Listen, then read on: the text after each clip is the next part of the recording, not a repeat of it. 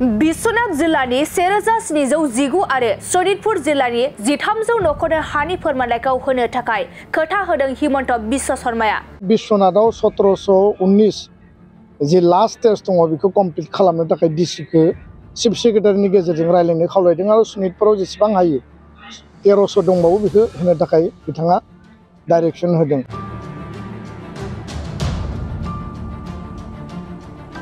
बाजौ गुजिनै मुंख्लं नखरनो एक्स ग्रेटियाखौ होफुंबाय आरो थाबैनो 628 मुंख्लं नखरनो एक्स ग्रेटियाखौ होनायनि खोथा होदों हिमन्त बिश्व शर्माया। 592 परियाला मार्टियार परियाला एक्स ग्रेटिया मोनबाय। 628 मार्टियार परियालनि एक्स ग्रेटियानि थाखाय दायो मोनसे रेडिमेड लिस्ट खालामबावदों हिरेननाथ बिथाङा आरो बेखौ एबसु एनडिबिजों बिथाङा सावरायबावनानै फाइनाल स्टेजाव हरगोन फाइनान्सआव हरगोन आरो बेनि उनाव मार्टियार परियाला 5 लाख थाखा 628 मोनग्रोगोन। बेनि उनाव रिमेनिं जिखिनि दङ बे मेटारखौ लानानै गभर्नमेन्टआ फल' आप खालामगोन होननानै जोंनो खोथा होदों।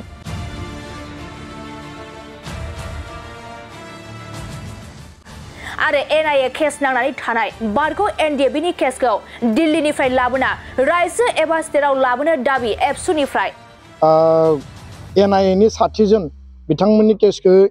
दिल्लीनिफ्राय स्टेटआव लाबोनायनि खोथाखौ जों दाबि दैखांदों।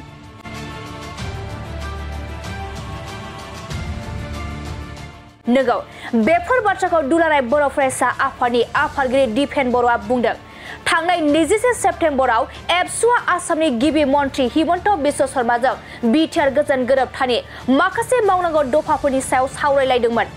बेफोर गोबां गोनां बाथ्रा सावरायलायनायखौनो दिपेन बर'आ खौरांनि गेजेरजों फोरमायथिदों। बिथां दिपेन बर'आ फोरमायबावदों दि 670 जोबथा फारिनि बारग' एनडिबिफोरनो रिहाबिलिटेसनखौ डिसेम्बर दाननि सिगां मोनफुंगोन होनना खोथा होदों हिमन्त बिश्व शर्माया। 678 लास्ट फेजनि माने जायफोर ट्रेन केडार जायफोर माने सिनियर मोस्ट केडार लिडार बिथांमोननि रिहेबिलिटेसना फाइनान्सआव दङ अलरेडि एप्रुभेल जाबाय। डिसेम्बरनि सिगां बिथांमोना 4 लाख थाखाखौ मोनगोन होननानै मैया सीएमआ क्लियारलि जोंनो बुंबाय।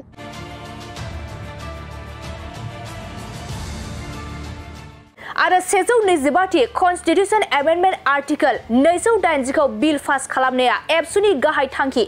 लोगोसे आद्रा थानाय जेंनाफोरखौ सुस्रांना होनो थाखाय गिबि मन्थ्रिया गावनो आखायाव लादों आरो थाबैनो बेफोरनि सायाव सावरायलायफिनगोन होनना खोथा होदों। मैया दुलाराय बर' फरायसा आफादनि 60 मोनसे डेलिगेसन टीम आसामनि गिबि मन्थ्रि मानगोनां डक्टर हिमन्त बिश्व शर्मा आसामनि मन्थ्रि उरखाव ब्रह्म आरो लोगोसे मन्थ्रि रनज पेगु दंमोन डक्टर रनज पेगु लोगोसे chief secretary additional chief secretary principal secretary गासै डिपार्टमेन्टनि आरो एडिजिपि दङमोन।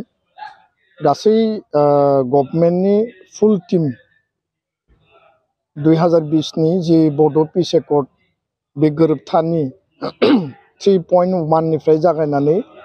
10.2 सिम जिखिनि जोंनि दफाफोर दङ बिनि सायाव कमप्लिट रिभिउ मिटिं जायो आरो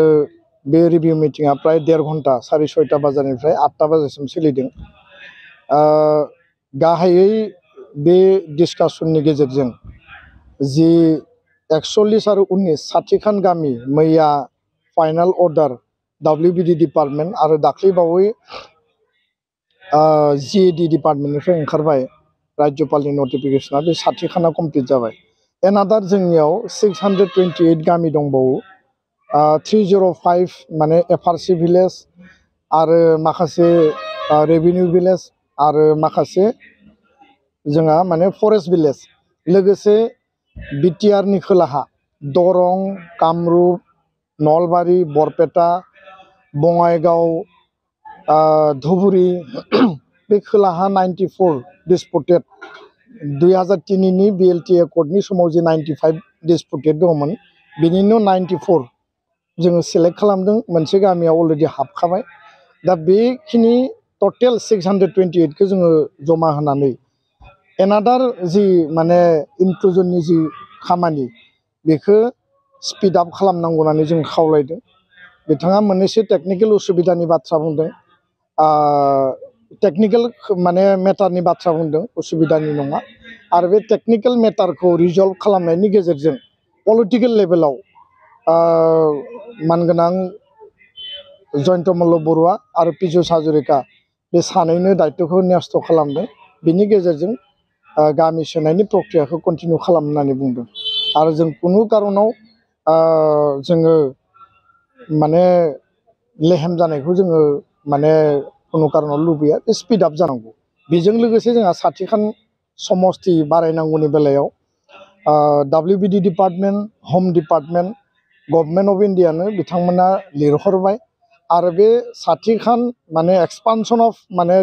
सीट एन्ड डिलिमिटेशन अफ माने बिटिआर बेखौ खालामनायनि उनाव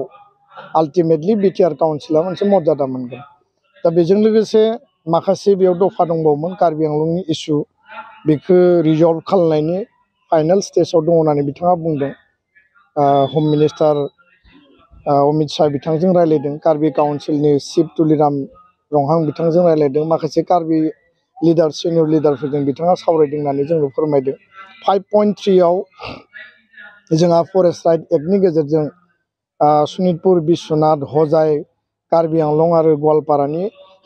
बर'फोरनि हा हु मोननायनि जि बाथ्रा बेखौ लानानै जोङो डिटेल डिसकास खालामदों आरो बेखौ कन्टिनिउ खालामगोन होननानै बुंदों NGT नेशनेल ग्रीन ट्रिब्युनेलाव दिलीप नाथ बिथाङा केस होनानै दोनदों खिन्थु होनायनि खामानिया कन्टिनिउ जागोन आरो बिश्वनाथाव 1719 जि लास्ट स्टेज दङ बेखौ कमप्लिट खालामनो थाखाय डिसिखौ चिफ सेक्रेटारिनि गेजेरजों रायलायनो खावलायदों आरो सनितपुराव जेसेबां हायो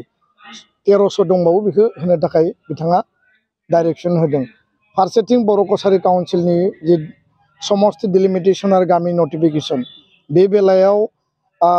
राभासन काउन्सिलाव एसे जेंना नुजादों बेनि थाखाय आरसु एबसु जइन्ट डिसकासन खालामनायनि खोथाखौ मैया सिद्धान्त लानाय जादों आरो बिथाङा टंकेश्वर राभाजोंबो डिसकास खालामगोन होननानै बुंदों एमिकेबल सल्युशनखौ जों लुबैदों जाहाथे बर'नि अधिकार राभानि अधिकारा बेयाव इन्टेक्ट थायो ट्राइबेलनि अधिकारा दा बे गासै खोथाखौ रायलायनायनि उनावबो 6.3 बिटिआरनि सुक्ति बायदियै स्कुल प्रभिन्सियलाइजेसननि जि मेटार दङमोन कलेजखौ 10 खान खालामबाय कलेजा दंबावो high secondary high school LP ME दङ जों बुंदों जे ब्रह्मपुत्र गेस्ट हाउसआव 2023 आव जि मेटारखौ बिथाङा कमिटमेन्ट होदोंमोन हाई स्कुल आरो हाई सेकेन्डारिखौ खालामनानै LP ME खौ खालामहैनायनि बाथ्रा बेखौ कारजकरि खालामनो थाखाय बिथांखौ खावलायदों बिथाङा बुंदों जे कारजकरिखौ खालामगोन किन्तु एसे फेस मेनाराव लांगोन होननानै बुंदों आरो 2025 नि मार्च दानाव आसाम नाङैनो प्रभिन्सियलाइजेसन एक्ट मोनसे सरकारा लाबोनायनि थाखाय परिकल्पना खालामदों होननानैबो जोंनो फोरमायदों दा जोंनिया जाबाय निट बेस आरो एकर्डनि बेसआव खालामनांगौ NDBनि रिलेटेड इस्यु दङमोन 592 परियाला मार्टियार परियाला एक्सग्रेसिया मोनबाय 628 मार्टियार परियालनि एक्सग्रेसियानि थाखाय दायो मोनसे रेडिमेड लिस्ट खालामबावदों हिरेननाथ बिथाङा आरो बेखौ एबसु NDBजों बिथाङा सावरायबावनानै फाइनाल स्टेजाव हरगोन फाइनान्सआव हरगोन आरो बेनि उनाव मार्टियार परियाला 5 लाख थाखा 628 मोनग्रोगोन बेनि उनाव रिमेनिं जिखिनि दङ बे मेटारखौ लानानै गभर्नमेन्टआ फल' आप खालामगोन होननानै जोंनो खोथा होदों जेलाव थानाय NDB सेन्ट्रेल जेलाव थानाय बिथांमोनखौ उदां खालामनायनि बाथ्राखौ जों दाबि दैखांदों NIAनि 60 जन बिथांमोननि केसखौ दिल्लीनिफ्राय स्टेटआव लाबोनायनि खोथाखौ जों दाबि दैखांदों गिबि मन्थ्रिया खोब बिनि सायाव गुरुत्व होनानै जुडिशियेल मेटारब्लाबो गभर्नमेन्टआ माबायदि सल्युसन लाबोनो हायो बिनि थाखाय होम डिपार्टमेन्टजों रायलायनानै NIAजों रायलायनानै बिनि समाधाननि लामा दिहुनगोन होननानै बिथाङा फोरमायबाय भुटाननिफ्राय सा 6 रिसेन्टलि गबाय आरो बे बेलायाव भारत सरकार आसाम सरकार गिबि मन्थ्रि नखर मन्थ्रि प्रधान मन्थ्रिखौ जों धन्यबाद होनांगोन BTR चिफ प्रमद बर' बिथाङाबो बिनि सायाव खामानि मावदों किन्तु नेपालाव सासे दंबावो मैयानि रायलायनायाव नेपालनि मेटारखौबो जिहेतु बिनि जि माने जि भार्डिक्ट होदोंमोन बिनि सायाव माने जि मोनसे टाइम लाइन बियो अलरेडि जोबखासिगोन दा बे जोबखांनायनि उनावनो गाव माने गनायनि लामाया क्लियार जाखाबाय दा बेखौ थेवबो गभर्नमेन्टआ टेकआप खालामगोन बेखौ बुंदों नागालेण्डआव अरुणाचलाव मेघालयआव वेस्ट बेंगलाव जेसेबां केस दङ सामन वारेन्ट जिखिनि फैनाय बे मेटारखौ लानानै मैया चिफ सेक्रेटारिखौ डाइरेक्सन होदों जे बेयाव थानाय केसफोरखौ माबायदि उइथड्र खालामनो हायो बा माबायदि सल्युसन खालामनो हायो बिनि थाखाय खामानि मावनायनि बाथ्राखौ मैया स्पष्टयै रायलायदों 678 लास्ट फेजनि माने जायफोर ट्रेन केडार जायफोर माने सिनियर मोस्ट केडार लिडार बिथांमोननि रिहेबिलिटेशना फाइनान्सआव दङ अलरेडि एप्रुभेल जाबाय डिसेम्बरनि सिगां बिथांमोना 4 लाख थाखाखौ मोनगोन होननानै मैया CMआ क्लियारलि जोंनो बुंबाय आद्रा थानाय जिखिनि जेंना जेंसि दङ बे जेंना जेंसिखौ समाधाननि थाखाय गिबि मन्थ्रिया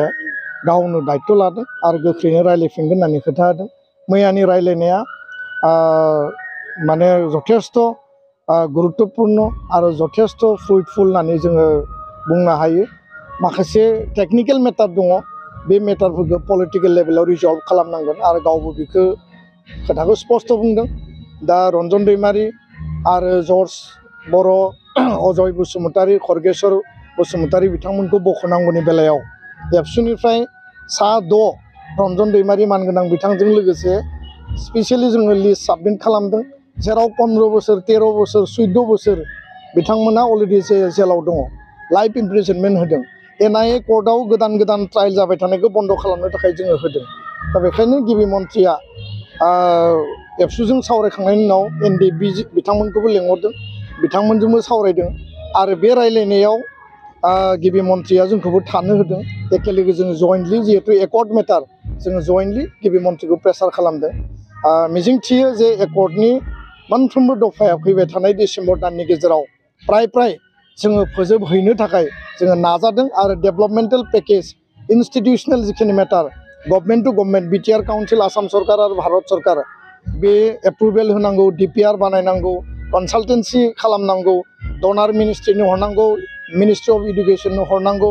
स्टेट गभर्नमेन्टनो हरनांगौ बे खामानिया गभर्नमेन्ट टु गभर्नमेन्ट सोलिगासिनो आरो बे गभर्नमेन्टनि पार्ट दा बेखायनो जों सानो जे एकर्डनि जिखिनि मेटारफोर दङ जोंनि काउन्सिलखौ मोर अट'नमि मोर पावार एन्ड फांसन मोर क्षमता गोनां खालामनांगौनि थाखाय नै विन्टार सेसननि जि पार्लियामेन्ट बे पार्लियामेन्टआव 125th एमेन्डमेन्ट कन्स्टिटिउसन जि एमेन्डमेन्ट आर्टिकल 280 फाइनेन्स कमिसन दानाय आदार रिलेटेड मेटार बेखौ पास खालामनाया जोंनि मेन थांखि आरो बे पास जायोबा BTR काउन्सिला पुर्णांग पर्यायनि मर्यादाखौ मोनगोन बेखौ लानानै जों खामानि मावगासिनो गोजोन्थों